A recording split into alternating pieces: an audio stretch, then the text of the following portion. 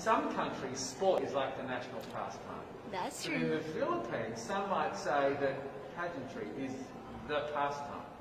That's true. You know what? In the Philippines, we have pageants all over the places. Yes, we have pageants in the barangay, in school, national, local. That's why we really love Miss Universe. It's like it's giving pride and putting the Philippines back on the pedestal. That's why there's an added pressure as a candidate coming from a pageant-loving country. But it's a good pressure. I always look up to our former Miss Universe Philippines. They really did well in the competition.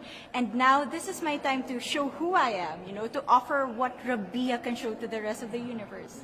So I'm very happy, and at the same time, I'm excited to make all my kababayans proud, and hopefully I do. You know, when I was a young girl, I used to watch Miss Universe on the television, and I thought, it's so far, it's so big, I can never get there. But to actually be here right now, knowing that in just a couple of days I'll be on that stage, whew, I'm just so incredibly happy, and to be representing for my home country, Thailand. I'm in awe, I'm in shock, and it's the best feeling in the world. I'm so blessed to be here. And I cannot wait to be on that stage and really perform and make my country proud. Why do you think it is that the Philippines love pageants? They have appreciation for beauty. We do love pageant because we used to think that we wanted to be included in the world, I have to be honest, in the Philippines, my skin color used to be not the standard of beauty. I was obsessed whitening my skin because these are the kinds of beauty queen we see on the mainstream. But things were different now. That's why I'm very proud to be a morena. In the Philippines, we call it morena. It's brown skin girl. And to be able to represent, my color, my identity as a true Filipina. Well, first of all, congratulations. How does it feel to be here? Thank you. It feels amazing. I cannot believe that I'm here. With the COVID situation, I'm so glad that we're all here and that there's so many girls that are able to be a part of this competition. And what it makes me realize is that the world isn't that big. When you see all the girls in the auditorium together from different countries, and everyone is so nice and so lovely, they're so warm. And I can't wait to get to know everyone, and also it's so unique to see that everyone was born into such different cultures, different languages, but we're all here together to tell our stories. Tell me about your journey to being crowned Miss Philippines. That, in a world that, in a country I should say, that loves pageants, that must have been a very intense process. Tell me about, your journey to being Miss Philippines. Well, my journey was crazy.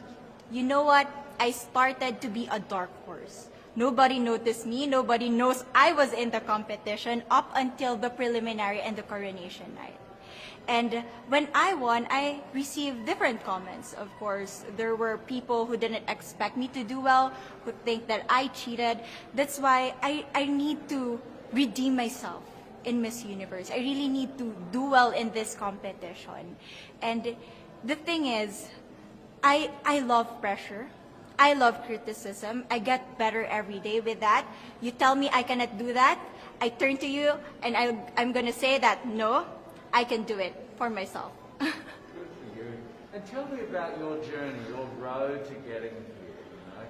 Just I know you obviously was Thailand, but the physical journey to get here, did you just hop on a plane and get here, and was that easy or no? Oh my goodness. Well, Thailand is very far away. That's one thing. And I really had to, it wasn't a struggle to get the visa, but it was a long process. And when I got the visa, I was very excited. But the journey here, the physical journey, if you can believe it, it was more than 30 hours, all the way from Thailand, yes. So I had to make a stop at Istanbul, and the layover was 8 hours there. Oh my goodness, but it was so amazing. I'm so blessed that some of my teams were able to come with me as well, my national directors. So they were there to keep me company, making sure that I'm okay, and giving all the support. So how does it feel then to be on the global stage? How do you feel to be here in this moment, right now? It's crazy, but I'm overwhelmed with the support, not just from the Filipino community, but also from Thailand, Latin countries who do appreciate me as a candidate, as a person. It motivates me that I am beautiful. I can offer so much in this world, and when somebody believes in you, it gives you that extra energy to really do well and perform well. And in a world of COVID where you can't have family and friends, come with you potentially, Yes. how important is that support here on the ground? How important is it to know that, people at home are behind you?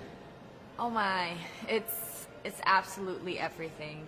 Knowing that you've got that support, it is the motivation that keeps me going every day. Every time I see a message online and they're saying that they're supporting Thailand, and it's so nice to see the nation coming together to support their candidate, to support their representative, and it's just how a country thrives, because we cannot thrive alone. We have to move forward together. Yeah. So, do you have a sense with the girls, all of the girls competing, you're competing, but is there a sense of camaraderie with all of the girls? Is there a real spirit to, motivate each other to do better? You know what? I have a different idea about Miss Universe. I thought it's gonna be very competitive, in a healthy way, well, of course. But now I can see every girl helping each other, from fixing those hairs, from trying to zip up those outfits. It speaks of the closeness and the kind of camaraderie that we want to have. The goal of Miss Universe is not just to crown one girl, but also to build a genuine and long-lasting friendships among us.